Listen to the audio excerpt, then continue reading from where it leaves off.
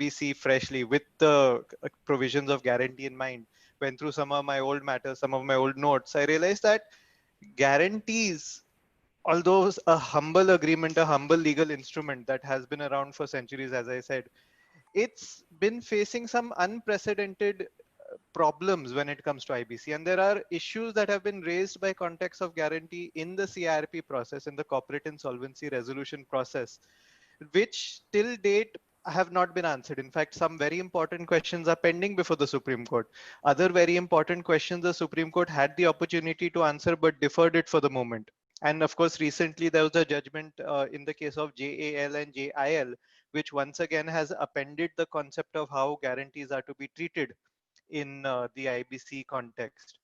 So just to understand, in fact, how much judicial debate there has been on guarantees and IBC, let's quickly take a stroll down memory lane and look at the history of judicial precedents when it comes to a very simple question of whether the moratorium extended to personal guarantors. Now, today, of course, we take it for granted that a moratorium cannot possibly extend to personal guarantors, and that the banks are fully entitled to take whatever action they deem fit against the personal guarantors during the corporate insolvency resolution process. It's something that nobody hesitates twice to advise their clients or to inform the bench also. Of course, this wasn't always the case. As everybody is aware, the IBC came into force on the 1st of December 2016. Just barely around 9-10 months later, a case came up before courtroom 2 of the NCLT by the name of Schweitzer. Now, Schweitzer was a Section 10 application. The company had filed an application to start its own corporate insolvency resolution process. As part of the form, Section 10, the form that you have to file in a Section 10 application, they had listed out properties over which the personal guarantors, being the directors of that company, had created a mortgage to secure the loans. When the matter was argued, they took up the contention that the moratorium under Section 14 would naturally have to cover action against the personal guarantors, because otherwise it would not only jeopardize the CIRP process, but it would take away the significance of the definition of security interest in the IBC, which in fact the definition of security interest would conceivably cover personal guarantors. So this matter was, the case of Schweitzer was admitted on the 3rd of July 2017. And in the judgment by which it was admitted, a very lengthy discussion took place, and ultimately it was held that the liabilities of personal guarantors would not be covered under the moratorium, because the focus was on the phrase "its." So Section 14(1)(c), which talks about a moratorium on proceedings under SARFAESI, it says that no action can be taken against any security created by the corporate debtor over its own property. So the focal point was the phrase "its own property," and the NCLT held that, of course, the Section 14 would not cover action against personal guarantors, and therefore the banks are free to continue. Naturally, the promoters of Schweitzer appealed. Now, a week after this judgment was delivered in Schweitzer, so on the 10th of July, in fact, 2017, another case came up, Alpha and Omega. Of course, it came up before the same bench, so the bench followed its earlier decision in Schweitzer, and in a very short order said that the moratorium will not extend to the guarantees given by the promoter directors, and the banks will be free to take action. The promoters of Alpha and Omega also appealed. Unfortunately or fortunately, the appeal of Alpha and Omega came up for hearing first. And it was in fact dismissed on the 31st of July 2017. So within a month, the NCLAT simply said that there is nothing wrong with the judgment of the NCLT, and the principle that 14(1)(c) only talks about the corporate debtor's own property, that was solidified. Now, while this, at this point, of course, so on the 1st of August, all of us would have been very satisfied that the law is now settled and personal guarantors would be outside the scope of the moratorium. Unfortunately, a month later, the Allahabad High Court decided the case of Sanjeev Shriya, which was in relation to LML. Of course, I'm sure, hopefully a lot of people remember a very famous scooter manufacturer. So in Sanjeev Shriya, the Allahabad High Court approached it from a slightly different perspective. Rather than literally interpreting the words of Section 14, they said that at the end of the day, a resolution plan is meant to restructure the debts of a company. And if the debts of a company are being restructured, that means the liability of the corporate debtor is going to undergo some change. And they further applied the general principles of contract and said if the liability of the principal borrower is about to change, then that means the liability of the guarantor will also change. They went on to say that since during the CIRP, the liability of the guarantors as of the principal borrower is in a state of flux, there is no question of the guarantees being invoked or prosecuted during the CIRP because the guarantees aren't crystallized yet, or the liability under the guarantees isn't crystallized yet. So that was the route that the Allahabad High Court took to say that the moratorium, while may not be directly applicable to action against personal guarantors, the pendency of the CIRP process or the fact that the company is undergoing CIRP will by itself prevent any action against the personal guarantors simply because the liability is as of yet undetermined. So once again, we go one step back. While on the one hand, we have NCLT and NCLAT judgments saying that moratorium could not possibly extend. On the other hand, we have an Allahabad High Court judgment saying that moratorium would extend. I'm sure many people recollect during this time, it was a very difficult proposition to put forth before the NCLT because the NCLT would always give more deference to the judgments of the appellate tribunal rather than the judgment of the Allahabad High Court. Of course, this also underwent a change because barely 2 weeks later, on the 18th of September 2017, please note all of this is happening within 2 months. So on the 18th of September 2017, the Chennai bench of the NCLT decided the Visans case. In the Visans case, also an application was moved by the promoters. They said that the moratorium has to be deemed to extend to the personal guarantors and action against them. And they'd adopted a very logical and very innovative approach, actually. They said that forget 14(1)(c. Let's not count 14(1)(c), which talks about securitization proceedings against the corporate debtor's own property. Forget that phrase, its own property. Let's focus on 14(1)(b). 14(1)(b) says that no charge is to be created over an asset of the corporate debtor during the CIRP process. And they said that if, for example, a bank proceeds against a personal guarantor, then that bank, after making some recovery from the personal guarantor, is going to put that guarantor in a position to be a new creditor of the company, which follows. It is a general principle of contract. Once a guarantor pays, then the guarantor becomes a creditor of the original borrower. Not only that, if the guarantor, if the liability of the original borrower was secured, then the guarantor will also be entitled to the benefit of the security. That is in fact set out in the Contact Act itself. That is another fundamental principle of guarantee. So the Chennai bench noted that forget 14(1)(c, we're not concerned with that for now. But if we allow the banks to prosecute the guarantors separately in DRT proceedings or in a summary suit or arbitration, however it may be, but if we allow them to prosecute against the personal guarantors separately, they will end up putting those same guarantors in a situation where they become a new secured creditor of the company. And if they are becoming a new secured creditor of the company, then ultimately a fresh charge is being created on the assets of the company, and that is prohibited by Section 14. So now we have conflicting judgments of the NCLT itself. Barely 2 months after the original judgment in Schweitzer, another bench of NCLT says that the moratorium would effectively cover proceedings against personal guarantors. Now, of course, the Visans case also went into appeal. And while that appeal was pending, the Bombay High Court was faced with a summary suit. In the summons for judgment, which was taken out in the summary suit, relief was sought against the guarantors. This was the SIFL case. A simple case was made out that the guarantors are not covered by the moratorium, and therefore the guarantors would be liable to having a decree passed against them, and they would have to make payment. Through a lengthy judgment, the Bombay High Court effectively adopted the same logic that was in the Schweitzer case. They examined 14(1)(c. They said that the protection under that particular provision is only with respect to the corporate debtor's own property. They further said that if we see ultimately the scope of CIRP, it is only to affect the corporate debtor itself. It is not meant to protect anybody else. It is not meant to restructure anybody else's liability.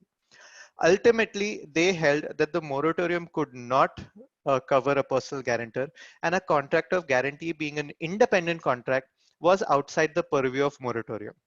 So just to recap, this is the 28th of November 2017. So in the last four months, yes, in the last 4 months, we've had 2 contradicting judgments of NCLT. Judgment of NCLAT saying that moratorium would not apply, and two contradictory judgments of two different benches of the High Court. Now, a few months later, on the month of February, the Vison's appeal was finally heard. So on 28th February 2018, the NCLAT, in fact, certified or upheld the findings of the Chennai bench and said that, yes, forget 14(1)(c. We are not going to revisit our earlier judgment because 14(1)(c) would not cover personal guarantors. But to allow, simply to allow a guarantee to be prosecuted during CIRP, you are allowing a fresh charge to be created. They also implicitly followed the logic adopted by the Allahabad High Court in the Sanjeev Shriya case, where they said that the liability of a guarantor is still in a state of not being determined, and therefore that is another reason why the personal guarantee should be allowed to be covered under the moratorium. So this was where the NCLAT stood as of the end of February 2018. As everybody is aware, then the legislature stepped in. They passed an amendment act which came into force from the 6th of June 2018. Of course, the question was still pending because this amendment act, it was unclear whether it would be retrospective, whether it would be prospective. So the old cases, which by this time had reached the Supreme Court, they were ripe for hearing. The Supreme Court ultimately settled the issue on the 14th of August 2018, which means just above a year after the Schweitzer case, where they ultimately held that a moratorium would not cover personal guarantors. They upheld the findings of the Bombay High Court in SIFL. They expressly rejected the logic adopted by the Allahabad High Court in the Sanjeev Shriya case. Of course, one aspect of the V. Ramakrishnan judgment, which was delivered on 14th of August by the Supreme Court, is that the judgment did not at all deal with the issues raised by the NCLT and the NCLAT in the Vison's case. The fact that payment by a guarantor would make the guarantor a creditor of the corporate debtor, that was not dealt with at all. In fact, that was one of the focal points that was urged by many of the parties before the Supreme Court, that if we are to allow banks to go against the guarantors during the corporate insolvency resolution period, then we also have to address what will be the rights of the guarantors who make payments to the bank vis-a-vis the corporate debtor. That is a question that was kept silent. It wasn't answered in this judgment. Now, to truly appreciate just why this lack of answer has created issues, we need to understand some basics about a contract of guarantee. Now, one of the fundamental aspects of a contract of guarantee is that it does not make a guarantor into a debtor of the original lender in the classical sense. So let me just put that again. If we have three parties, A, B, and C, A gives a loan to B. So in this normal scenario, A is the lender, B is the borrower. Now, A, of course, is feeling a bit insecure. A is not sure whether B will ever pay back the money. So A hesitates while giving the loan. In return, B asks his friend C that, why don't you assure A that, yes, you will stand up for my credit worthiness and you will make sure that payment is made. So C goes to A. C says that, don't worry, I am standing as a guarantor and I am pretty sure that B will be able to make payment. Now, in this, the liability per se is still only between A and B. A is the person who gives the money, B is the person who borrows the money. Usually we'll always, and colloquially, we'll always refer to C also as being a debtor of the original lender, of C being a debtor of A. But if we go through the provisions of Contract Act, it is very clear. The actual creditor-debtor relationship is between A and B, A having given the loan and B having availed of the loan. And C steps in as a security for A to make sure that A will recover its money. So to give it a practical spin, when A ultimately ends up taking the money from C, when C discharges the liability of B, that does not mean that C has gone out of pocket to make that payment, nor does it mean that B can go scot-free. C thereafter will have the right to go after B and recover the same amount of money that C had to pay to the original lender. So it is never the intention, it was never the intention of, well, either the common law that came up with the concept of guarantee or of the legislature when they framed the Contract Act, that a contract of guarantee is meant to make two people absolutely liable. It was always the intention that the guarantor will have the right to recover from the principal borrower. In fact, another way to look at it is that if you notice the provisions of guarantee in the Contract Act, they fall under the same chapter as the provisions for indemnity. And this is significant because a contract of guarantee is in many ways an extension of a contract of indemnity. So in fact, there is a section of the Contract Act which itself states that there is an implied indemnity between B and C in this example, between the guarantor and the principal borrower, that in case the guarantor makes payment, the principal borrower will have to repatriate that payment, will have to pay the guarantor back. If we take this principle further, what it also means is that in the context of IBC, when a guarantor makes payment to the lender, the guarantor naturally will be entitled to take that payment back from the principal borrower, or from the corporate debtor, sorry. If this be the case, we can also appreciate that a payment having been made by a guarantor does not reduce the liability of the corporate debtor, as it never would. Payment by a guarantor would never reduce the liability of the principal borrower. And if the liability of the corporate debtor is not reduced, then that would mean the guarantor would be entitled to be on the committee of creditors, which it may or may not be able to be because it might be a related party. It also means that the constitution of the committee of creditors would undergo a change during the CIRP. That itself would present problems because as per the sections and as per the rules, the constitution of the COC is supposed to be as per the debt obligations of the company as on the insolvency commencement date. So a bank may actually end up recovering a substantial part of what is owed to it from the personal guarantors during the CIRP, but may still be able to insist on using its full voting share in the COC meetings. This is another discrepancy. This is something that has not yet been addressed. How would guarantors be treated during the CIRP process if they make payment? Now, if we keep this in mind, the V. Ramakrishnan judgment, while addressing the issue directly, leaves these sort of questions open. And these sort of questions are something that are still haunting the adjudicating authorities, the NCLTs and the NCLATs throughout the proceedings. It's something that at some point will have to be addressed, because it is never supposed to be the intention of the Contract Act that a guarantor should be absolutely personally liable. A guarantor always is a temporary measure to make sure that the principal lender, the person who originally lent the money, gets his money back. It is never meant to be a permanent recourse. The guarantor always is supposed to be able to take the money back from the borrower.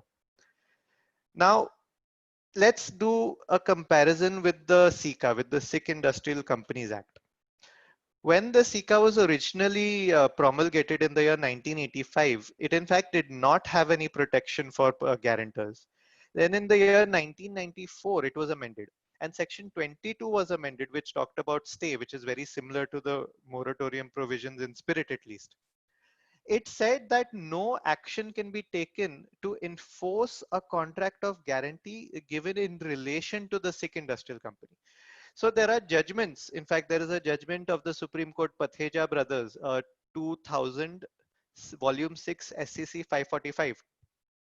That judgment notes that the object behind having such a moratorium in place, the object behind it was to ensure that when the restructuring occurs, there are no extraneous factors, because it noted that the restructuring is meant to change the debt obligations of the Sikh Industrial Company.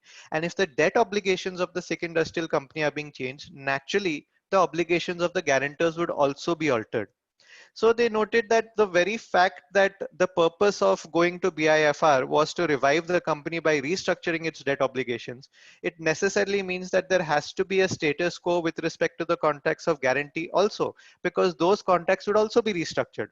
So now this is the logic at least behind having the moratorium in SICA, which does not seem to find place in the IBC, and which is a continuing question even today. As we'll go forward, we'll see how this unaddressed question will continue to present problems. So let's just take another example. As we have talked about, when a guarantor will make payment, he'll get interest over the assets of the corporate debtor also. So let us assume that during the CIRP, a guarantor will, or let us take the other scenario, that during a CIRP, a financial creditor recovers most of its dues from the personal guarantors. Then the question remains that from a very practical point of view, what is the interest of the financial creditor in making decisions in the COC towards revival if the financial creditor is constantly diluting its position in the COC? That is another practical aspect that has not really been considered. So these are aspects which of the contract of guarantee and its interactions with IBC that were left unaddressed by the V. Ramakrishnan judgment, despite, I might add, these questions being directly in issue since the appeal was from the NCLT judgment in Visons. So that is one aspect of how guarantees are affected by IBC. Now, another burning question, especially it has come to light because of the Calcutta High Court judgment in Gauri Shankar Jain. But one question that has come up time and time again, is not yet addressed and will keep on coming up time and time again, is how does a resolution plan per se affect the rights of a guarantor? Or how does a resolution plan modify the liability of a guarantor? So let's just take a quick recap. At the end of the CIRP process, either one of two orders are passed. Either a resolution plan is approved or a liquidation order is passed. If a resolution plan is approved, the entire status of the company, the entire liability of the company is restructured to be more in line with the resolution plan. The resolution plan will give a fresh starting point for the company as on the date of its approval. So in such a scenario, suppose a company owed 1,000 rupees, a resolution plan may be put up saying that now all of the lenders of the company will be paid 500 rupees, and that is where it ends. So the liability of the company itself has been reduced to 500 rupees. But what happens to the guarantors? Can the banks thereafter, after having accepted the 500 rupees in full and final settlement from the resolution applicant, can they thereafter go against the guarantors for the remaining 500 rupees? Now, there are, of course, this will depend on the exact terms of the resolution plan, which we'll discuss briefly. But let's see how this question has been addressed so far, judicially at least. There is a judgment of NCL 80 in the case of Sharon Biomedicine. Now, in that judgment, it's a very odd judgment because the question was answered, but in a very roundabout way. So in Sharon Biomedicine, a case was put up, a challenge was made to the resolution plan, saying that the resolution plan did not put an end to the liability of the guarantors. So the resolution plan restructured the debts of the corporate debtor, but there was no end being put to the liability of the guarantors. The NCLT in fact dismissed the petition, dismissed the appeal, and said that there is nothing wrong in the resolution plan and there is nothing wrong in the order approving the resolution plan. But while doing so, they said that it is settled law that the Contract Act says the liability of the surety and the liability of the principal debtor are coextensive. And if it is settled law that these two liabilities are coextensive, once one reduces, naturally the Contract Act will apply and the other will have to reduce. On that note, they simply dismissed the appeal without going into the question of what is the liability of the guarantor after approval of a resolution plan. So very indirectly, they indicated that the liability of the guarantor will reduce, but they didn't hold so. So once again, we're in a fix. We don't know what the proper legal position is. Then the Supreme Court came out with the judgment of Vijay Kumar Jain versus Standard Chartered Bank. Now that judgment was on a slightly different issue, not a slightly, a very different issue. The judgment related to whether promoters or suspended board of directors, rather the suspended board of directors, whether they have a right to receive a copy of the resolution plan and to participate in the meetings where that resolution plan is voted upon. So the Supreme Court noted that after perusing various regulations and sections, the Supreme Court noted that suspended board of directors are an integral part of the COC, even though they don't have voting rights. But one of the factors that the Supreme Court took into account, and there is a passage in the judgment of Vijay Kumar Jain versus SCB, specifically noting this, was that a resolution plan is binding on a guarantor as per section 31, and therefore a resolution plan may affect the rights of a guarantor, and that is the reason why it must be supplied to the suspended board of directors, who are usually guarantors of the company, so that they may evaluate the resolution plan from their own perspective and they may participate in the discussion. So it was essentially a facet of natural justice. They said that since a resolution plan can affect a guarantor, why not give a copy of the resolution plan to the guarantor, especially since they are as suspended board of directors, they are usually part of the COC also. So this was what was held in the Vijay Kumar Jain judgment. The question once again tangentially came up in the case of SR Steel, the second judgment of SR Steel, which was delivered on 15th of November of last year. Now, this was also a very interesting way in which the question came up. The challenge that was mounted by Prashant Ruya, one of the suspended board of directors, a promoter and a personal guarantor of SR Steel, the challenge mounted was to a specific portion of the resolution plan, which took away the right of subrogation. Now let's just pause here. As we've discussed before, one of the inalienable rights of a guarantor is to take back whatever he has paid to the creditor from the principal borrower. That is also known as the right of subrogation. So the resolution plan in SR Steel, it did contain a clause saying that, so actually before that, we should evaluate properly what the resolution plan actually said, because that is relevant. It's noted in the judgment. The resolution plan said that the banks will accept the plan amount in full and final settlement. That was specifically noted. The judgment also says that.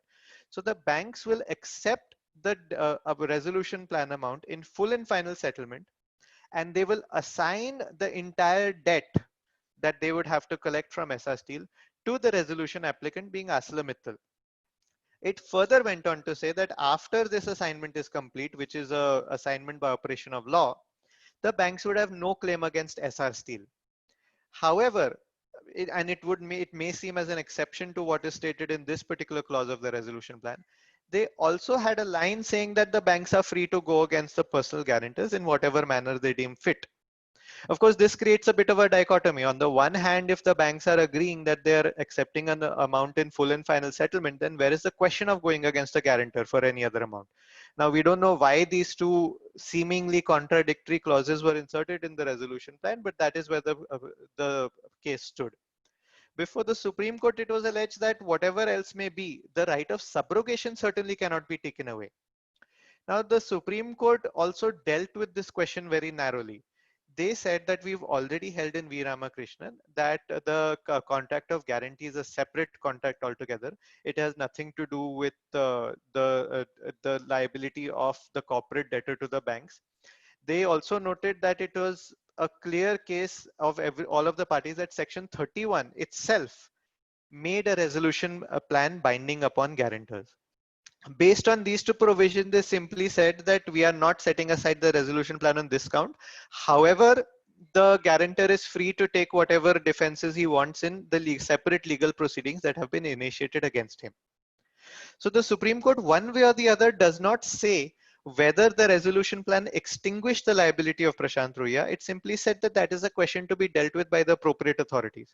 So as much as we would like to say that this judgment has answered the question and has said that the guarantors will continue to be liable, in the facts in which the point was raised and in the facts in which the judgment was delivered, it does not seem to be a comprehensive answer. So insofar as the NCLT, the NCLAT, and the Supreme Court is concerned, the question remained in a state of flux. Now, recently, of course, the Calcutta High Court came out with its decision of Gauri Shankar Jain. In this decision, the Calcutta High Court went through all of the provisions. It appreciated the previous judgments, and it said that the guarantor will continue, in fact, to be liable. The banks could continue to prosecute the guarantor, and they could recover from the guarantor any amount in excess of what is already recovered under the resolution plan towards the ultimate and earlier liability of the corporate debtor. So if a corporate debtor again owed 1,000 rupees to the banks, through a resolution plan, the banks got 500 rupees, then they can go against the guarantor for the remaining 500 rupees. Now, this creates a bit of an issue, because if that be the case, so the guarantor is then expected to pay the banks for that remaining 500 rupees, but the guarantor cannot go against the corporate debtor who was the principal borrower to recover that amount. And if that is the case, then we are holding a guarantor to be independently liable under the contract, which was not the bargain that was originally struck. Now, a contract of guarantee is a very serious matter, because it it is possibly one of the very few instances where consideration is not a specific requirement. The sections of the Contract Act itself, section 127, it goes to the extent of saying that the very act of giving a guarantee itself is consideration. In fact, if I can just read out the illustration for consideration. Illustration A. B requests A to sell and deliver to him goods on credit. A agrees to do so, provided C will guarantee the payment of the price of goods. C promises to guarantee the payment in consideration, and this is important, in consideration of A's promise to deliver the goods. This is a sufficient consideration for C's promise. So if we see this illustration, the action normally in any, just to take a step back, normally in any contract, consideration, which is a mandatory requirement of a contract, has to be some overt act or overt promise, something that is given by the person making the promise to the person who is accepting the promise. Or and consideration has to go both ways. So the person who's accepting the promise will give a reciprocal promise to say that because you are doing X for me, I will do Y for you. That is a fundamental requirement of a contract. But Section 127 of the Contract Act, in fact, goes to the extent of saying the implied assurance that the principal borrower will make a good on his debt, that is sufficient consideration for a contract of guarantee. And that implied assurance will always be there, because naturally when the principal borrower is asking a person to give a guarantee, there is an implied assurance that he will make good on the debt. The guarantor per se is not getting any benefit in return, and the provisions of the Contract Act do not require the guarantor to get any benefit in return. So contract of guarantee is a very strange instrument, or rather a very strict instrument, which allows a departure from the general rule of consideration. And I would at least think that one of the principal reasons why the legislature and why the jurisprudence as it has evolved has allowed this departure from the concept of consideration is because of the guarantor's inalienable right to make good on the amount he has paid by recovering it from the principal debtor.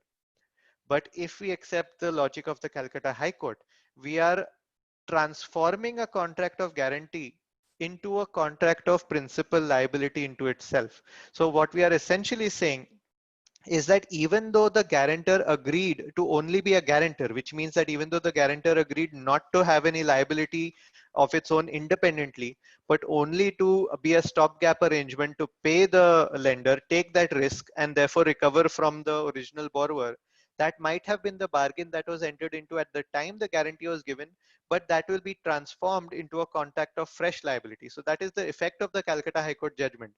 And that is a big change from what the concept of guarantee is understood to be through common law and what it is meant to be.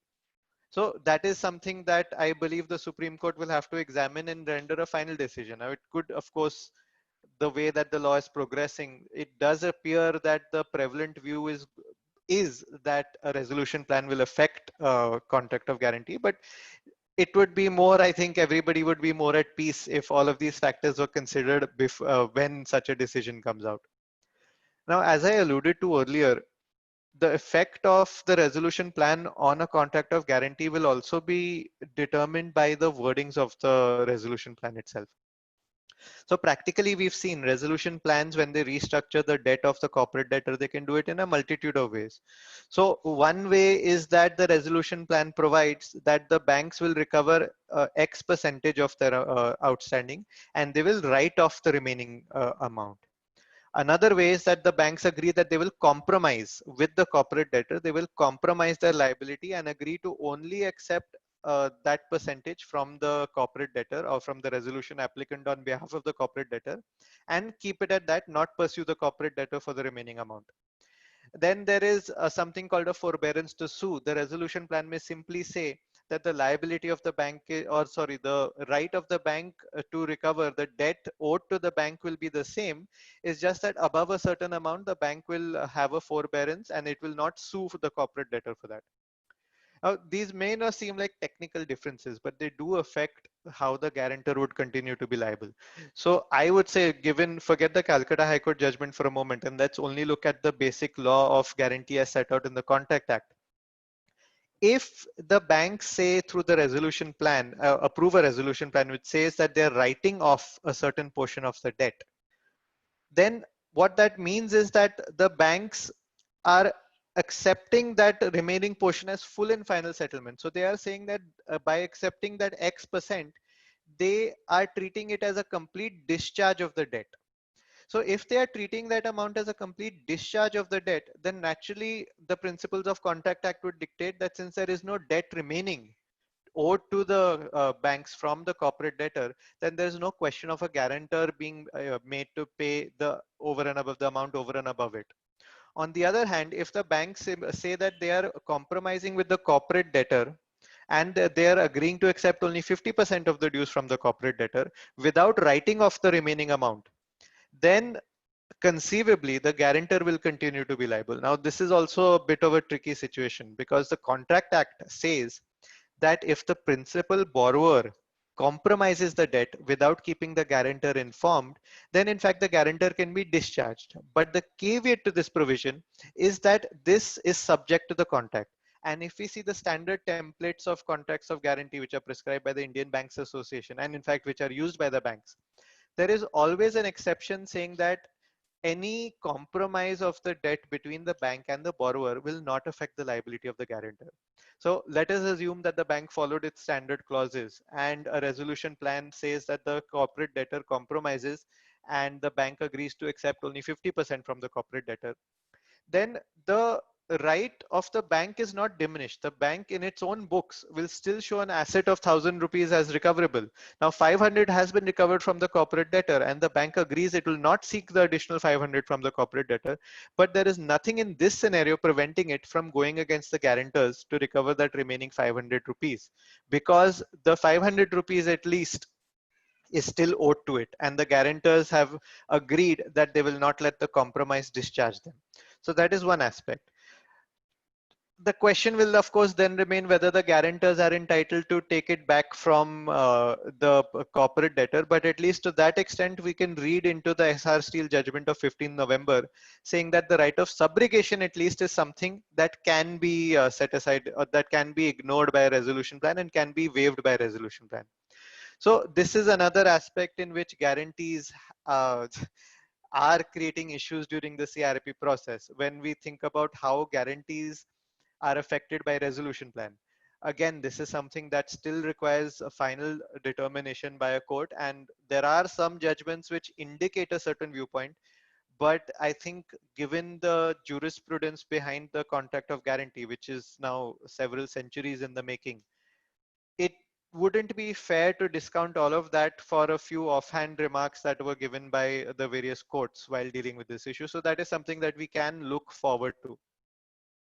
Now, these are already some big issues that have come up in relation to guarantees and the CRP process.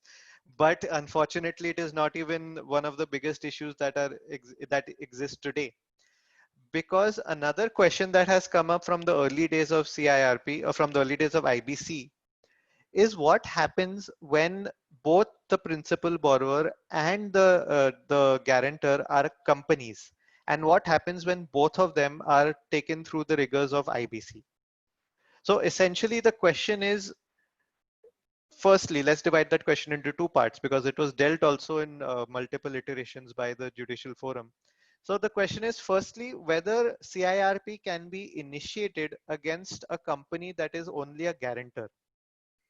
Secondly, whether if that CRP has been initiated, whether CIRP can also be initiated against the principal borrower and vice versa. So these are some questions that have been coming up and they have been dealt with from time to time. So in fact, the first question was dealt with by the NCLAT in the ferroalloys case. That was a government company by the name of Rural Electrification Corporation. They filed a proceeding against ferroalloys, and the contention was that ferroalloys is a guarantor and therefore is liable. One of the defenses that was taken up was that a guarantor can be liable, yes, but since this is a very harsh proceeding under IBC, since CIRP could possibly be the end of the company, perhaps the principal lender, perhaps the creditor, should first go against the principal borrower, the original borrower, and only thereafter seek its remedies against the guarantor. That was the simple question that was put forth. Now, the NCLAT applied the tried and tested principles of contract, which say that you can proceed against the principal borrower, or you can proceed against the guarantor, or you can proceed against both. You can do it as you wish, whenever you want. That is something that is a right of the creditor, and that right of the creditor is not circumscribed by any other provision. So it is completely within the domain of the creditor, whether it wants to go after the guarantor first, whether it wants to go after the principal borrower first, whether it wants to go after both of them. That is something that is the decision solely of the principal of the lender, and nobody can question that decision. The NCLAT applied that principle and said that yes, it is perfectly all right if you initiate CIRP of the guarantor first and don't even seek any remedies against the principal borrower. So this was one of the earlier instances. Then there was the EduComp and EduSmart judgments, where the question was, if CIRP is initiated against, suppose, a corporate guarantor and a principal borrower, what about the claims? Can the claims be filed in both those companies? And EduSmart case indicated that they can, as did the decision of the NCLAT in the JKEPL case. In both these cases, it was noted that a contract of guarantee is an independent contract. It's an independent liability. The guarantor is liable to make payment in his own right. The only question is, of course, then what is the right of the guarantor after having made that payment? But those were questions that were left to the legislature, and the NCLAT simply said that the legislature has not tried to circumvent the implicit provisions of the Contract Act. The legislature has not diluted the provisions of the Contract Act. So therefore, why should the NCLAT interpret otherwise? And it simply said that whatever is the right of of the creditor against the guarantor, that is the right prescribed under the Contract Act. It can recover, therefore it can make a claim. Now, this position has, of course, undergone a bit of change in the celebrated Piramal judgment.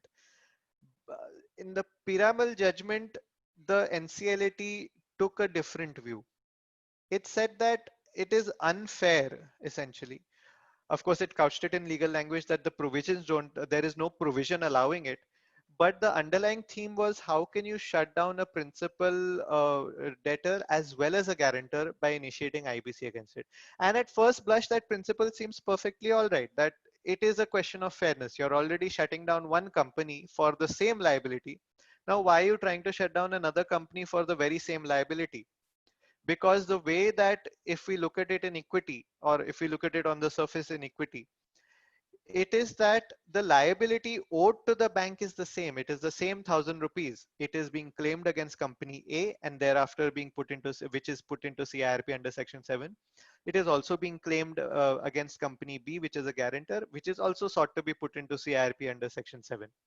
So how can a bank do this? How can a bank make simultaneous claims and for the same debt go against two companies trying to shut them down? Now, the problem with this is that it ignores the fact that the claim may be the same, or the debt that the bank has disbursed may be the same, but the liability is separate and independent. So both the principal borrower as well as the guarantor, they have a liability towards the bank to make payment. Or to put it in another way, both of them in their balance sheet would show that 1,000 rupees as a liability. So while it may not seem fair at first blush, you have to appreciate that when you look at it individually from these two companies' point of view, both of them are liable to the bank. And ultimately, the initiation of an insolvency process is because a company is unable to meet its liabilities. So even if CIRP is going on of the principal borrower, for example, the fact still remains that the guarantor also has a liability to make payment. In fact, after the Supreme Court judgment in V. Ramakrishnan, it is very clear that the guarantor will continue to be liable to make that payment. And if the guarantor, being liable to make that payment, is not able to make that payment, then clearly it is insolvent and it is a fit case for IBC proceedings to be commenced against it. Now, that does seem unfair, and that possibly is the reason why the NCLAT declined to allow this to happen. And while it may seem unfair, the fact remains that it is not prohibited by statute. It is in fact a natural consequence of the provisions of the Contract Act when they relate to guarantee. And the unfairness which is perceived, if any, is actually within the domain of the legislature. It is for the legislature to come out with a mechanism for group insolvency, which the benches of the NCLT have in fact tried. But it is for the legislature to decide that if there is multiple CIRP proceedings relating to the same debt, then perhaps those CIRP proceedings should be clubbed together. because there are more questions that arise. What if a resolution plan comes for one but not for the other? What if a resolution plan comes for the the guarantor, whereby the guarantor ends up making part payment to the bank? Is the bank then entitled to seek a further resolution plan from the principal borrower to recover the remaining amount? These are all questions that have to be answered, and frankly there are no easy questions, no easy ways to answer that. But it is for the legislature to decide how such cases are to be dealt with. And frankly, if we go by the provisions of the act as they stand, then it is very difficult to say that the liability of the guarantor no longer exists just because the principal borrower is in insolvency. Because you also think about it from differing standards. If the guarantor was not a company but an individual, then the law says that, of course, please prosecute that individual, recover back from him as much as you want, despite the CRP going on. So insolvency proceedings under now, of course, the provisions of the IBC relating to personal insolvency are there. But let's assume earlier, insolvency proceedings under the Provincial Insolvency Act 1920 could in fact go against a personal guarantor, even if CIRP proceedings were pending. So then why should we have a differing standard for a corporate debtor? If a corporate debtor and a corporate guarantor both are unable to make good on that liability owed to the bank, then why shouldn't both of them go into CRP? And in fact, we have seen cases. For example, we've seen the Uttam Galva Metallics, I believe, where the guarantor, which was ArcelorMittal, was not a related party. So after making payment, pursuant to the judgment of the Supreme Court in the first SR Steel case, after making payment, they have stepped into the shoes of the bank in the COC of Uttam Galva Metallics. So these are questions that are best left to the legislature, but the law as it stands today, it does not appear that the Piramal judgment has taken all of these factors into account. It has gone more on a principle of equity while ignoring the rights of the lenders vis-a-vis the guarantors.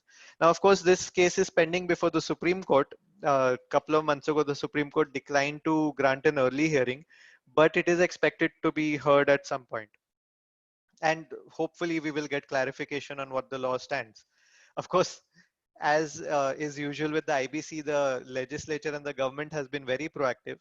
And a study was commissioned, and a committee came out with a report on in the month of February, this past February, where they have said that they propose amending the IBC to clarify that it is possible, in fact, to proceed against a corporate debtor and a corporate guarantor simultaneously. And they wanted to clarify that it should be possible to file claims in both simultaneously. And this is, I would say, this is a welcome step, because it would not only address the issue, and this issue is pending before several benches of the NCLT, before the NCLT also, I believe, in a couple of cases, and before the Supreme Court in the Piramal appeal. It would not only address this issue, but also, in my opinion at least, provide for an equitable result where the insolvency or the liability of a corporate guarantor as well as a corporate debtor can be dealt with within the IBC framework and perhaps dealt with together. Of course, we'll have to see what happens to the report of the committee, whether it is implemented, whether it results in an act or more likely an ordinance. But that is something that we will take a look at. And hopefully we will get that answer soon. Now, while we're on this topic, we should draw a distinction between these sort of instances where the principal borrower and the guarantor are both companies and therefore both liable under IBC or not liable under IBC, depending on what the Supreme Court says, and instances or commercial transactions where multiple parties are made liable together. So we have seen an example of such a transaction in the Videocon case, where a consolidation order was in fact pronounced. Now, these structures are in business terms, they're called obliger co-obliger structures, but there are many other ways to describe them. Essentially, it is distinct from a contract of guarantee. In a contract of guarantee, the guarantor says that they will make good the failure of the principal borrower to discharge its liability. Let me just repeat that.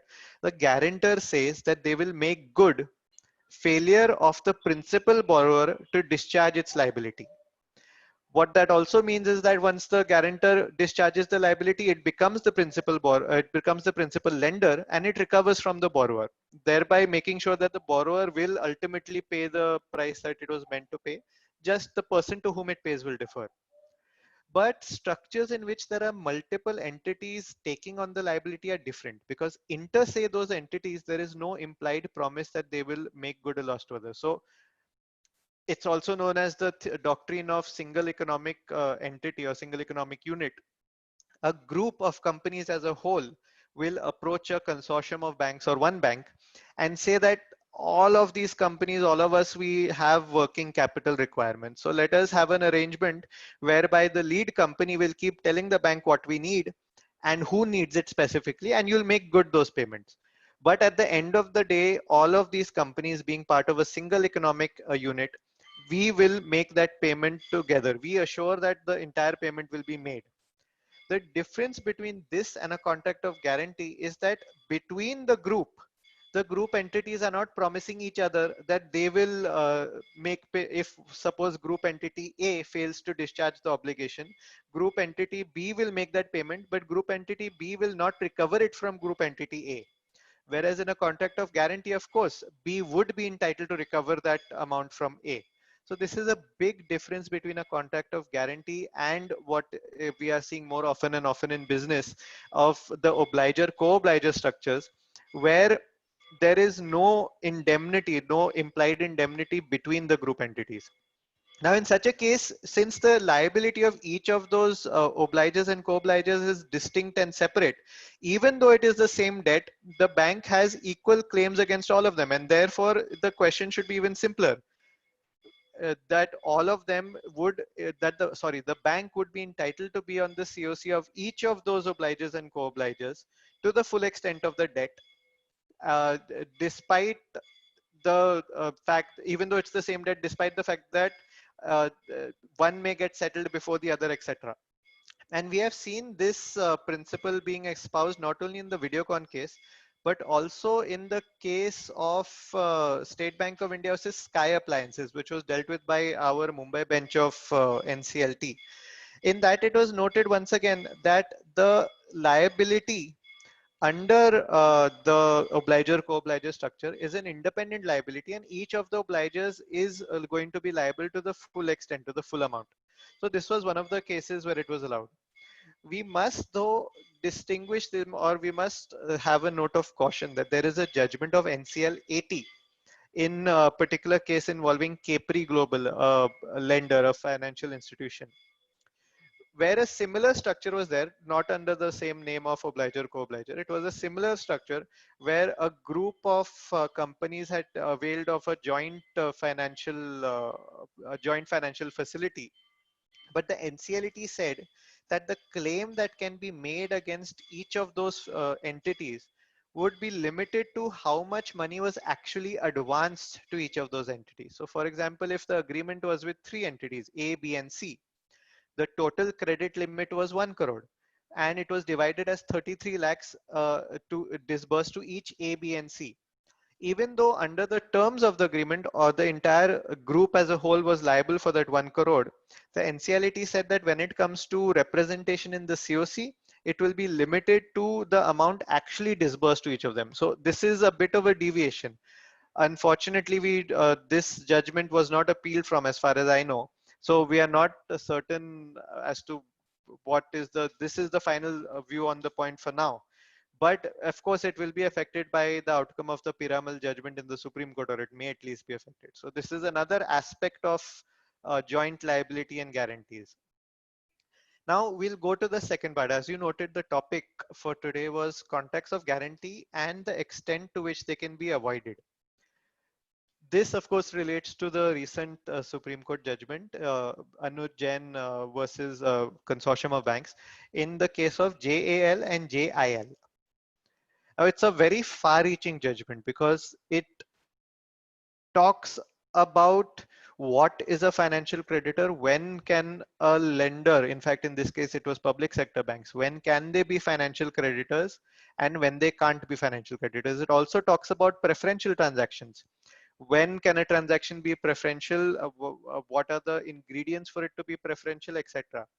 But in relation to today's topic, one very interesting aspect of this judgment was ultimately it held that certain contracts of guarantee which were entered into by the corporate debtor were in fact preferential transactions. And let's just look at the facts for a moment. So JIL was a special purpose vehicle that was it was a company incorporated specifically for a particular infrastructure project. JAL was the promoter company of JIL. It had around 73 odd percent in of the shareholding, and naturally it was a related party. There was no dispute about that. Inter say between JAL and JIL, much like many group companies, there were a patchwork of contracts whereby the holding company was giving various services to the subsidiary company, vice versa, and there was a lot of money flowing between them. As on the date of initiation of CIRP, JAL, being the holding company, was in fact an operational creditor of JIL to the extent of approximately 27 odd crores. So the corporate debtor in fact owed its holding company 27 crores as an operational debt. It also turns out that the corporate debtor had vast tracts of land, because as part of the infrastructure project it was awarded, it got rights to surrounding property, some 858 acres, which were the point of dispute in this case. And JAL, when it wanted to venture out into other businesses, it had its own debts. It wanted to see, the banks asked JAL to provide security for its debts because they had certain doubts on JAL's ability to repay them. So the corporate debtor JIL executed a contract of guarantee, or rather executed a contract of mortgage. It wasn't a guarantee expressly, although in effect it was, where it mortgaged this 858 acres for the benefit of the creditors of JAL, which security was to be used in case JAL failed to adhere to its own loan obligations. So just let's just recap the transaction.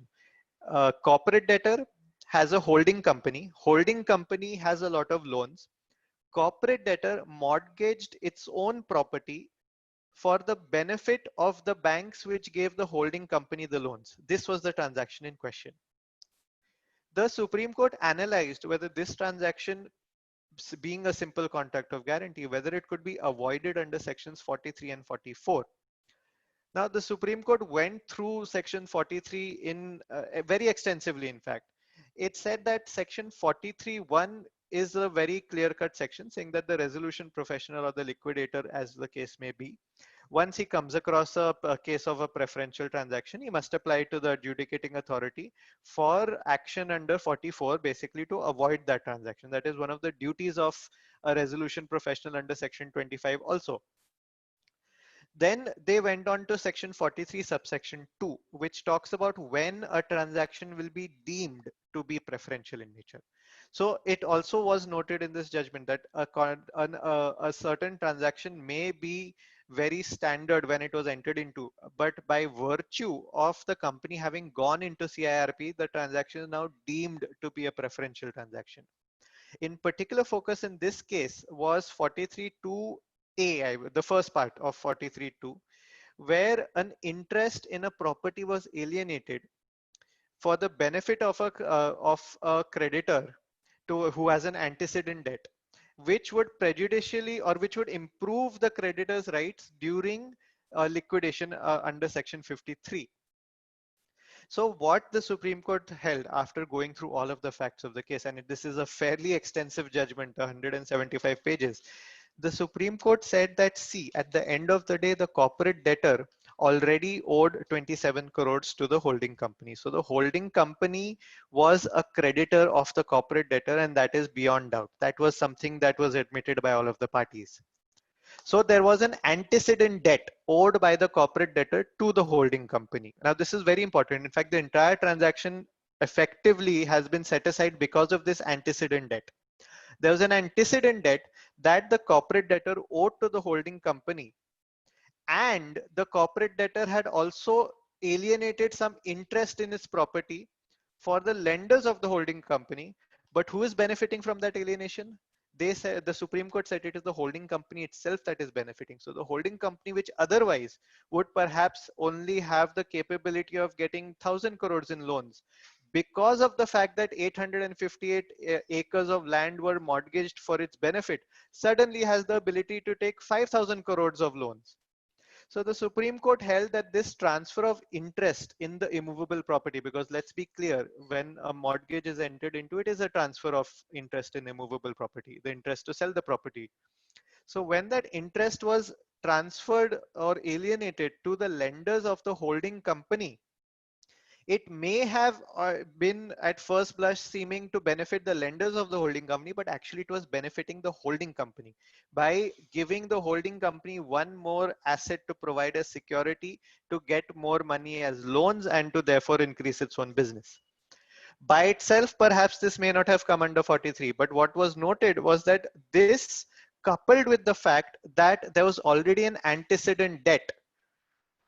Now, why does this antecedent debt become important? It becomes important in the context of it being an antecedent debt and the transaction putting in the opinion of the Supreme Court, the transaction putting this creditor at a higher pedestal than it would otherwise have been under Section 53. And let's examine that simply. Otherwise, under Section 53, JAL would simply be an operational creditor. It would possibly not get anything, or if it would get something, it would get it at the end of the line along with all of the other unsecured creditors. But by virtue of the corporate debtor having given up some of its assets for the benefit of JAL, as was held by the Supreme Court to be, JAL is now in a much more beneficial position during liquidation of the corporate debtor, because if the corporate debtor is liquidated, JAL's banks, the holding company's banks, can simply sell off that property and the proceeds will reduce the debt of JAL. So while otherwise the holding company may only get a portion of 27 crores, if this mortgage transaction was not entered into, it would only get a portion of its claim of 27 crores. Now, because of this transaction, JAL benefits by several thousand crores of its own liability reducing through sale of these mortgaged assets. Based on this, the Supreme Court said that this act of mortgaging the assets and guaranteeing the debt of the holding company was a preferential transaction. It can be avoided. It was a transaction which transferred an interest in the property of the corporate debtor in preference to one creditor to whom an antecedent debt is owed, which puts that creditor in a better position. Now, this is, of course, a far-reaching consequence because such a transaction is very common in the business world in India. We'll see very often that holding companies and subsidiary companies provide security for one another's loans. It is very, very common. But now, because of this judgment, it has cast a light on two aspects. One, can the lender who has obtained that security be a financial creditor, which we'll just examine in a moment, what the Supreme Court said. And two, can that transaction even be upheld? Because under Section 44, once it is determined that is a preferential transaction, the transaction itself is voided. And that is what happened in the case of JAL and JIL. The mortgage deeds or the guarantees which were executed by the corporate debtor in favor of the lenders of the holding company were in fact adjudged to be void. They were of no effect whatsoever. The lenders of the holding company could not resort to those 858 acres of land to settle the debts owed to them by the holding company. And that is of far-reaching consequence. As an extension to this discussion, it was also held by the Supreme Court that the simple act of providing security, it is impliedly a contract of guarantee, of course, but the simple act of providing security will not make that the beneficiary of that security a financial creditor of the corporate debtor. The logic behind this was they said that a financial creditor, as per Swiss Ribbons, as per the standing committee report, the Joint Parliamentary Committee report when the on the IBC bill, a financial creditor is deemed to be a person who has been with the corporate debtor from the start, who has evaluated the business prospects of the corporate debtor, who has the expertise to understand whether the corporate debtor will be able to do business properly, and who has thereafter participated in the corporate debtor's affairs by giving it a financial facility.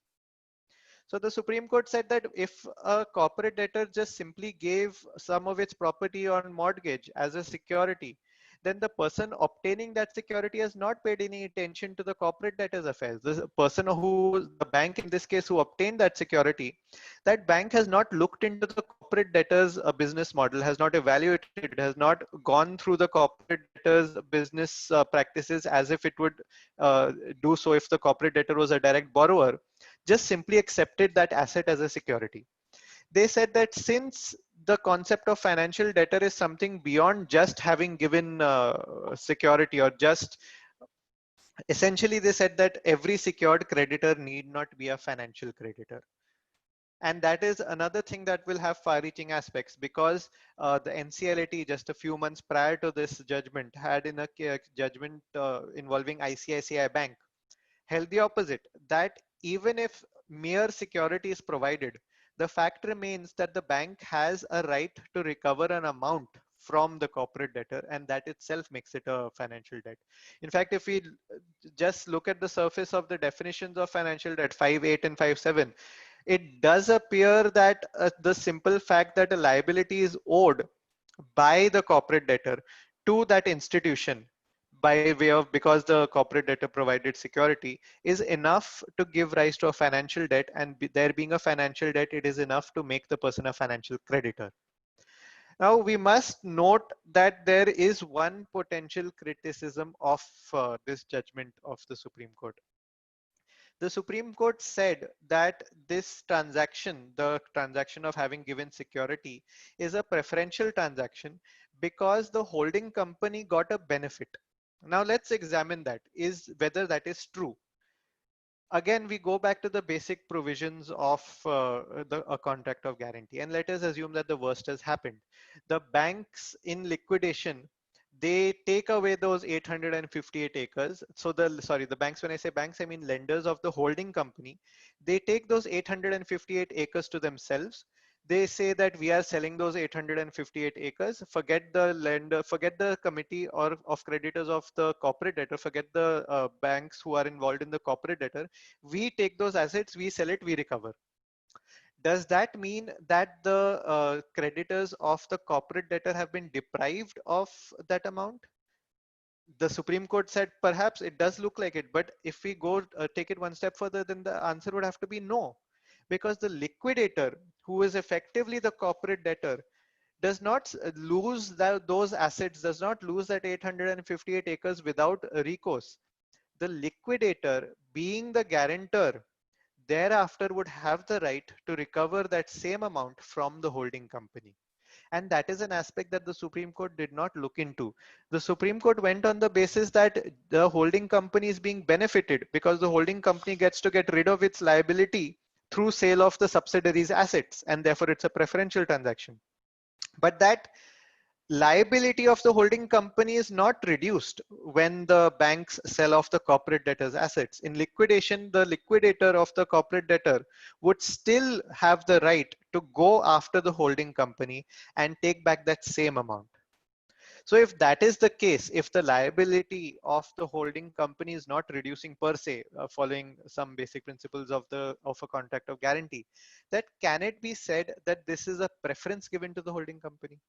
Because clearly the liability of the holding company is not reducing. It's a doubtful issue whether the preference has actually been given to the holding company. And this is something that was not really dealt with by the Supreme Court in the JAL judgment. But it may be a question going forward, as certainly once IBC proceeds, once we have more jurisprudence to look to, we will come across cases where in fact the liquidator will have to proceed against institutions who have utilized security given by it in its capacity as a guarantor, and we'll have to see what the effect of that is, because there may be instances where there is no antecedent debt. So then according to the Supreme Court, that may not come under 43, 44. So now I hope this has been interesting. I've tried to deal with some of the aspects of the law of guarantee and the law of IBC and how they overlap. But to be very honest, there are various other ways in which they overlap, and we don't even know the full extent to which they influence each other. So I really hope this has been interesting, and I really hope that we can continue a discussion. And Ranjit, Ranit will of course put forward some questions now. He has a very inquisitive look upon his face. You're muted, Ranit.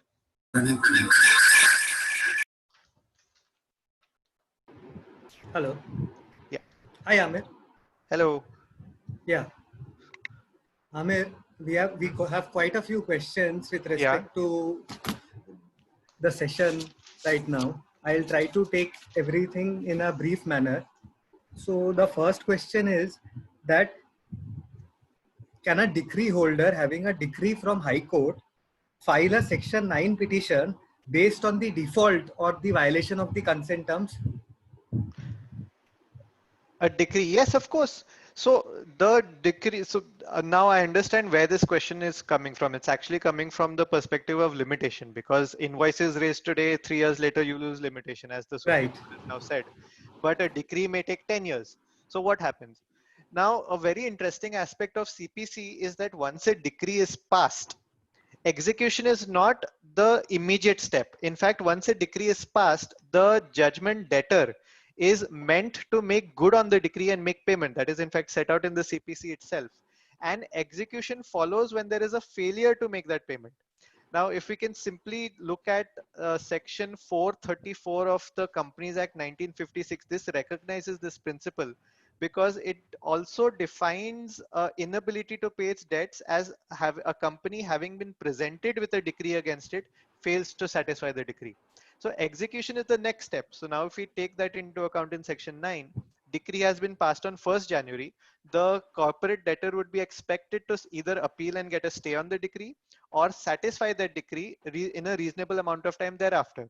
So we can in fact take a fresh date of default as the 2nd of January of 2020 when a fresh default has occurred, and you will go under section 9 for that fresh default. In fact, I think, Amir, the K. Kishan judgment by Justice Nariman Yes. with respect to filing a Section 9 petition during the pendency of a Section 34 appeal also throws some light into this. Yes, it is true. Just a small clarification, K. Kishan was by Justice Sikri. Sorry, yeah, my One of the mistake. few judgments not by Justice Nariman. By Justice Nariman.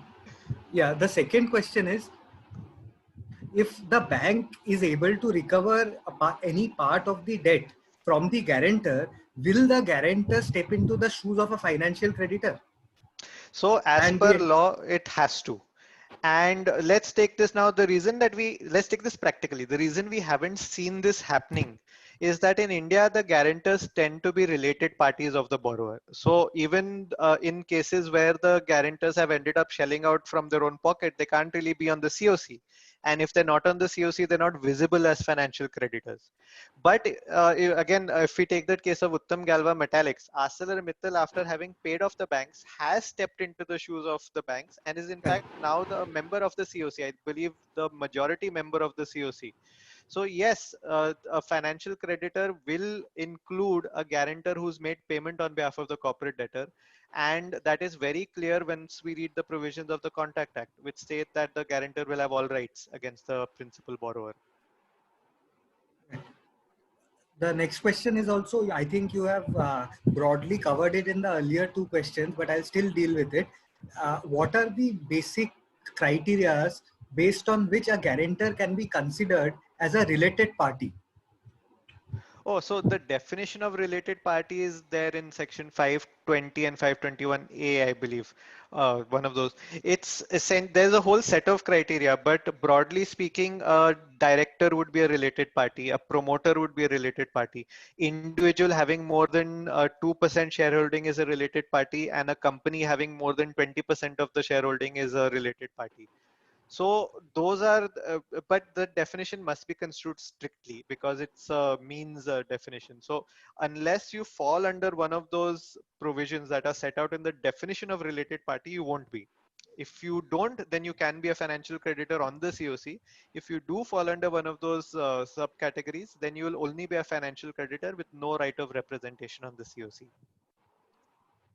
Okay. The next question is with respect to, is seeking your comments with respect to handling personal guarantees. What are your comments? Regulations for handling personal guarantor. So quite frankly, the portion of the IBC which deals with personal insolvency is very well thought out, very well drafted. It takes a perfect balance, I would say, between the dignity of the bankrupt person, ensuring that the process is quick, it is efficient, but at the same time trying to protect the rights of the creditors to the best extent. So honestly, I would suggest to always explore the option of initiating bankruptcy proceedings against the personal guarantors also, because it is a quick and effortless progress. And from a practical perspective, we can also see that the debt recovery tribunals are not as effective as they ought to have been. But the silver lining to that is that Justice Nariman had passed a judgment a few years ago in MD Frozen Foods, where he says that banks can resort to arbitration. So if there is a bank who is clearly not seeing some recovery from the corporate debtor, then they can resort to arbitration against the personal guarantor if the contract of guarantee has an arbitration clause, and hopefully that will prove to be a faster recovery mechanism than DRT or even personal bankruptcy under the code. But of course, it will depend on a case-to-case basis. You have to Yeah. evaluate all of the options. I think so. Amit, the query.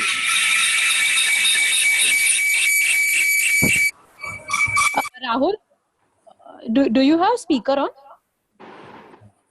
Rahul, Paras, whoever has speaker on, please switch off, no? Yeah, I believe the query, Ranit, is about the regulations which have come for handling the personal guarantor. Actually, good, you've raised an interesting, but there is one glaring, I think, a problem with the regulations is that they don't fully take into account section 60 subsection 1 and 60 subsection 2, 60 subsection 2 especially, which categorically says that where a NCLT is seized of the proceedings against the corporate debtor, then that NCLT will entertain the proceedings against the personal guarantor also. So the regulations aren't very clear that it has to be the same bench.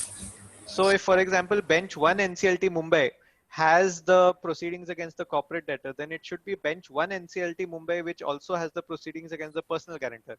And there's a very simple reason for this. It's because the mechanism established under the IPC for personal bankruptcy is very similar to CIRP insofar as it also envisages a resolution plan type situation. Of course, they call it a repayment plan, but it is still a plan that is meant to chart out how to deal with the liabilities of the bankrupt person. And as we've discussed, a contract of guarantee should always be something whereby the rights of the guarantor to recover from the principal borrower also cannot be ignored. So if the CIRP of a company with its own resolution plan is taken up along with the repayment plan of a bankrupt person together before the same bench, then the same bench who is aware of both the situations can take steps to balance the two and make sure that neither are being unfairly prejudiced. And that is possibly the reason why section 60 subsection 2 specifically talks about a national company law tribunal and the other proceedings being before the same national company law tribunal. So that is something that the regulation should have taken into account actually. Okay, if this is being dealt forward, I will deal with the next question. Now, this question pertains to basically that resolution plan is in itself a separate procedure, and it is a full and final process to address the distressed company. Then why? And the concept of guarantee is completely different. Why should it follow the sacrifice in the resolution plan? So there are two ways to look at it actually. Firstly, we can look at the preamble of IBC and how it is quoted in reverent terms in every judgment that uses it. That the object of IBC is restructuring, maximization of assets, revival, bringing a company back on its feet. Which also implies, and which is quoted again by every judgment, is that the object of IBC is not recovery. And in fact, in Swiss Ribbons, when they talk about how financial creditors are entitled to be the only persons on the COC and operational creditors rightly are excluded from the COC, they say it's because you should have people who are willing to look at the company as a whole, put it back on its feet, let it operate, etc., etc.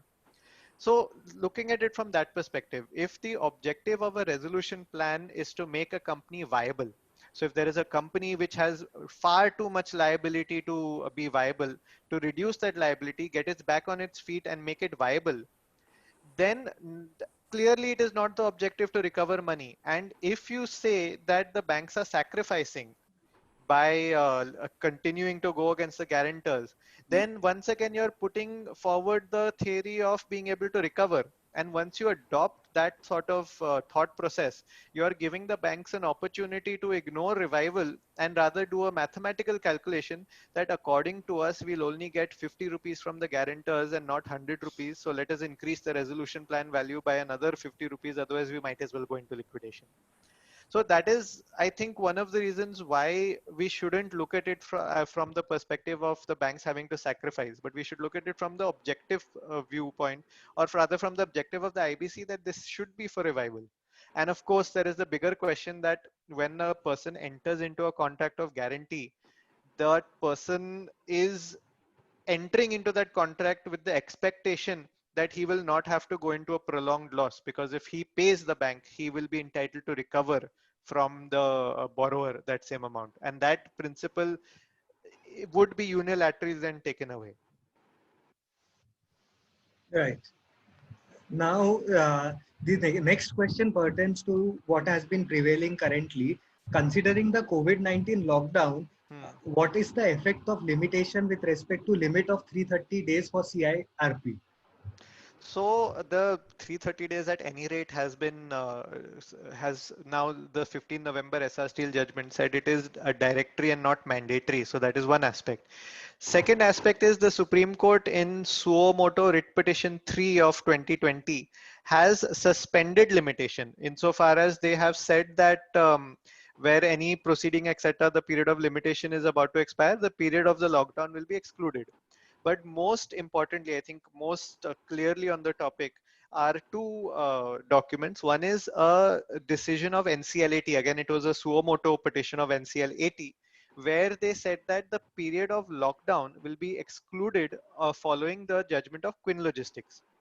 After that, or around the same time, the IBBI itself came out with two amendments, one in the CIRP regulations, one in the liquidation regulations, saying that the period of lockdown due to COVID-19 will not count towards the CIRP. Of course, this is in the regulations and not in the act. So the period of 330 days in section 12 still is there. But given all of these factors together, the Supreme Court judgment in SR, the Supreme Court order in the suo moto writ petition, as well as the NCLAT order, I think it is safe to say that the period of lockdown is bound to be excluded from the 330 and 270 days. There's no question about it. Great. Now the next question is with respect to the JAL judgment. Did antecedent debt ever exist earlier? And do you think that mortgage of its land to JIL lenders would not have been treated as preferential transaction under Section 43? So yeah, they have noted that. In fact, the basis of the of holding that the transaction was invalid was because the holding company was a creditor of the corporate debtor to the extent of 27 crores. It was an operational creditor because it was, the claim was in relation to certain services, management services as they called it, that was supplied by the holding company to the corporate debtor. So the Supreme Court said that this is an antecedent debt. Now, the Supreme Court did go about it in a slightly roundabout way. They said that this is an antecedent debt, and the creditor to whom an antecedent debt is owed is being given a preference by the transfer of the mortgage rights in the property. It is very clear, in fact, in the judgment of the Supreme Court that had this 27 crores not been there, then in all likelihood, it would not have been a preferential transaction, not because the act of giving a guarantee was objectionable. The Supreme Court says that still may not be the best course of action, but because antecedent debt is a necessary ingredient for declaring a transaction as preferential. Right. The next question is also very interesting. Can simultaneous petitions under IBC be filed against the corporate debtor as well as the personal guarantor? Personal guarantor or corporate guarantor? Corporate debtor and personal guarantor, the Yes. individual. Yes, yes. In fact, it should be there, but the only caveat today is that since the provisions relating to personal guarantee have not been fully notified, practically you can only invoke proceedings under section 95, 96, etc. of the IBC against the personal guarantor in those cases where the CIRP of the corporate debtor has been initiated. This is because they have not yet notified the applicability of Part 3 to those persons who are not personal guarantors of corporate debtors. So to put it in another way, if you filed against a corporate debtor and it is pending, it is not admitted, then you want to file against the personal guarantor under 95, but you won't be able to, because today section 95 is not applicable in relation to those individuals who are not personal guarantors of a company which is undergoing CIRP. So this is because they didn't yet feel that the infrastructure of DRT was capable of handling that extra workload. So they've Yes. restricted it to those matters where NCLT can take jurisdiction under 60 subsection 2. So theoretically, yes, yeah, it would be ideal if concurrent petitions are filed. Practically today, you'll only be able to go to NCLT under 95 after the CIRP of the main company has commenced. Great. I'll move on to the next question. Does section 32 of IBC act as a legal bar for right of subrogation which may accrue to guarantor after approval of the resolution plan? So I'm assuming that 31 is in question because 31 says that a resolution plan will be binding on guarantors. By itself, it's tough to say because the judgment of the Supreme Court that I had quoted earlier in relation to BIFR, that in fact makes a note that the rule of subrogation, and there are other judgments also, the rule of subrogation is something that arises out of the Contract Act. So it being a general principle of law, if it is to be excluded, it should be excluded expressly and specifically. Now, today, if we read section 31 literally, all it says is that the resolution plan will be binding upon a guarantor. And if we read the judgment of Vijay Kumar Jain and V. Ramakrishnan, they talk about how section 31 mentions a guarantor and they give various examples of why. Now, only one of those examples is that the guarantor may be entitled to a right of subrogation, etc. It is, I would say, perhaps now implied from the judgment of SR Steel or the 15th November judgment that the right of subrogation can be taken away under 31 if expressly provided in the resolution plan. But I don't think that section 31 is that widely worded that it takes away the right of subrogation under the Contract Act in every circumstance. So even if a resolution plan does not say that the guarantor will not be entitled to be subrogated, then 31 cannot be taken recourse to say that it is implied. At least that is my personal opinion as of today. Amir, the question I believe was on section 32A. I don't know if your answer would differ. Yeah. The query was, will section 32A of the Act as a legal bar for the right of subrogation?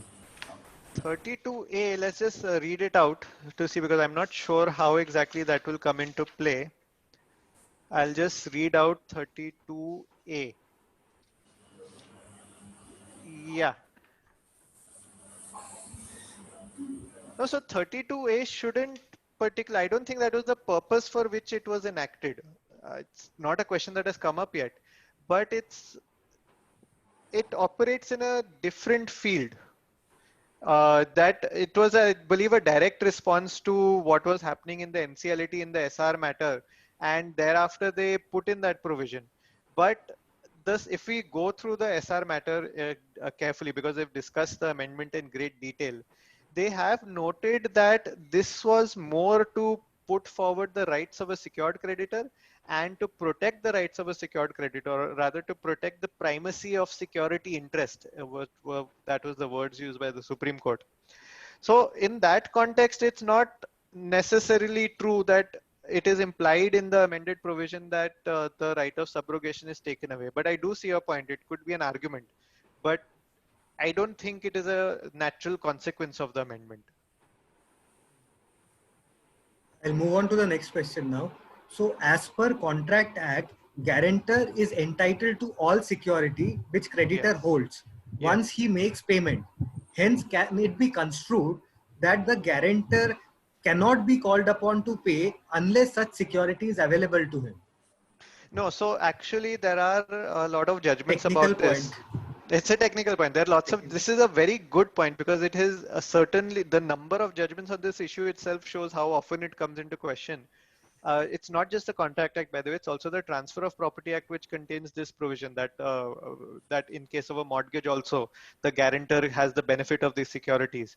So the act itself provides that where the security is extinguished, then the guarantor may be discharged. But again, this is something that is dependent on the express terms of the guarantee. So if we take a look at the standard formats of the deeds of guarantee prescribed by the Indian Banks Association and which are used by the banks, they expressly state that even if there is a variation in the value of the security or if the security is destroyed for any reason, the guarantee will still stand. So the question is actually a very pertinent question that a guarantor, he enters into the contract of guarantee on the basis that there is certain security which he knows that if the bank is impatient, he can proceed against the security and take back his money. But if the security is lost, ordinarily, yes, the guarantor would be discharged as per the provisions of Contract Act and TOPA. But practically, the terms of the contract would always provide that the guarantor will continue to be liable. That is always in the fine print, in at least insofar as banks are concerned. Right. The next question is that what are the plausible legal proceedings against the principal borrower, being the lender NBFC Bank? Against the principal borrower from the side of the lender NBFC Bank. Yes, yes. So, of course, the best, I would always recommend the best be arbitration if you have an arbitration clause. But essentially, it's a civil suit for recovery.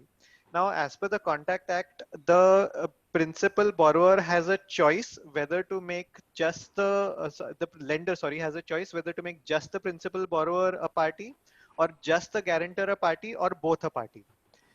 Ordinarily, at least back in the day when suits were being filed for this before 1992, when the DRT Act, RDDB Act came into force, the suits would usually be filed against both parties unless it was not possible to trace out the principal borrower.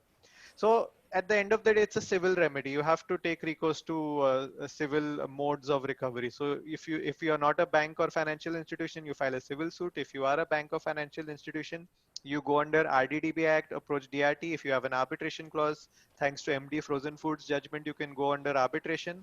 And of course, if you have the benefit of security, you can go under SARFAESI and try to alienate that security. But beyond that, and perhaps beyond trying for restructuring under IBC, there's not much options. Correct. Now, the next question is a little long as well as a bit layered. So I'll read it out as it is.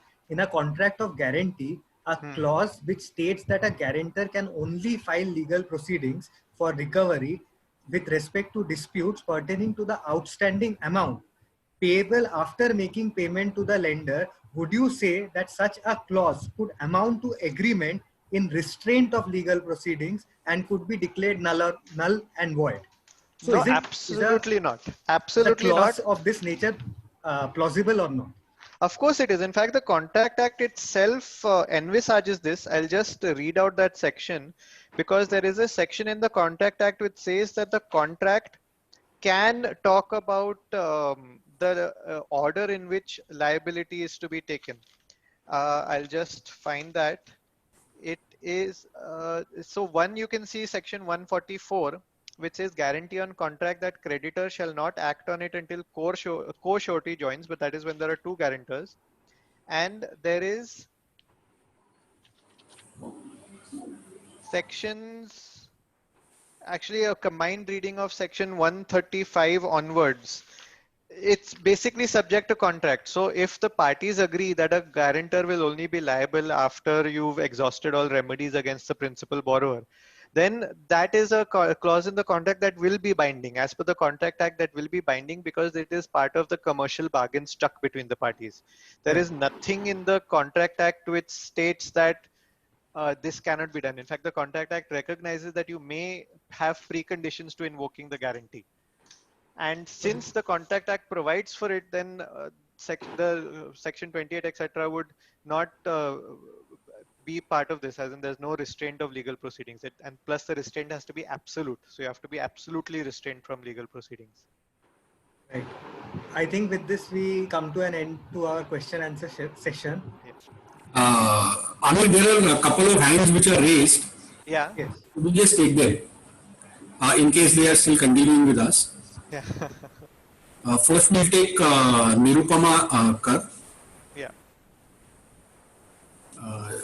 If you are there, then you can just unmute yourself and ask the question. Chetan Mirani, we have allowed him to speak. In fact, you can unmute your mic and you can start speaking if you want to. Yeah, hello. Your voice is a little bit low. Can you just increase your voice? Hello. Hello. Yes. Yes. My question is that there will be a NCD secure depositor can be treated higher priorities in considering the secure data. No, so an NCD holder will be just like any other secured creditor. So they will be at par with banks. The bigger issue is that as an NCD holder, you will only be allowed to act through the trustee, the debenture trustee, which means that you won't have individual representation. So that I think practically is the bigger issue. But yes, a NCD holder is as much of a secured financial creditor as the bank.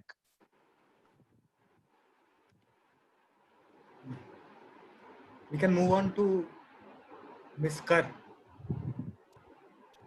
Nilesh Parekh, Anupama Kher, Nirupama Kar. I think she has left. You can take the Udit Kumar Gupta and even Dharmesh. Mr. Udit Kumar Gupta, you can unmute yourself and speak. I think Mr. Dharmesh Shah is speaking. Yeah, Mr. Dharmesh Shah, you can speak. Yes, hello. Yes. Hello. Yeah, can you hear me? Yes, just barely, but you're going to have to speak slightly louder.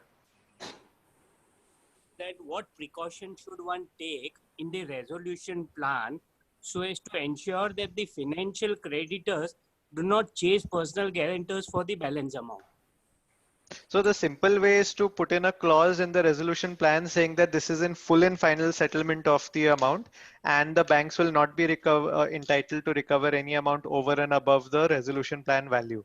And I'll tell you, practically banks may look favorably, especially in today's economic climate, to accept such a provision in the resolution plan, because if they don't, if they leave the liability outstanding just not recoverable from the corporate debtor, they will have to make a provision for it in their books.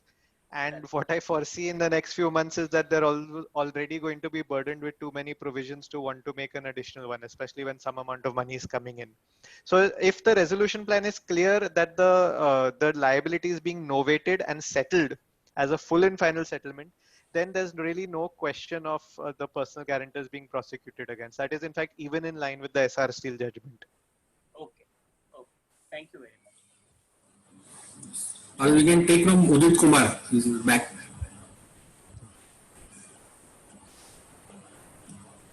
Mr. Udit Kumar Gupta, you can speak. Unmute yourself and speak. Yes. Hello. Yes. Sir, actually, I am a law student of final year. And sir, I just want to know that I have a dispute with Sahara Group. Okay. Hello. Yeah, go on. Yeah, actually, I am an final year student, and I am actually currently planning to file a suit against the Sahara Group. They are just making this. Actually, sir, can I speak in Hindi? Of course. Okay sir, ऐसा है कि मेरा planning जो है ना, मैं सहारा के against मतलब इंसॉल्वेंसी का प्रोसीडिंग करना चाहता हूँ, बट क्या मैं इसमें मतलब कर सकता हूँ, क्योंकि वो तो कोई कंपनी है नहीं, वो तो एक एनबीएफसी है, ठीक है सर? तो No, क्या so चांसेस? NBFC के against actually we cannot do, because a financial institution doesn't come under the definition of a corporate debtor. There's a IBC में there's a specific exemption for that. The only exception which was made was for DHFL, but that was by way of a separate notification, and usme bhi the regulations thereafter which they brought in said that only RBI can initiate proceeding against an NBFC. and that to an NBFC that is notified. So it's not possible in right now to take a NBFC to insolvency. There is a bill that has been pending in Parliament for a while now, which is specifically related to insolvency of financial institutions, the FRDI bill, I believe, but nothing really has proceeded in that, and I don't think it's going to be passed anytime soon.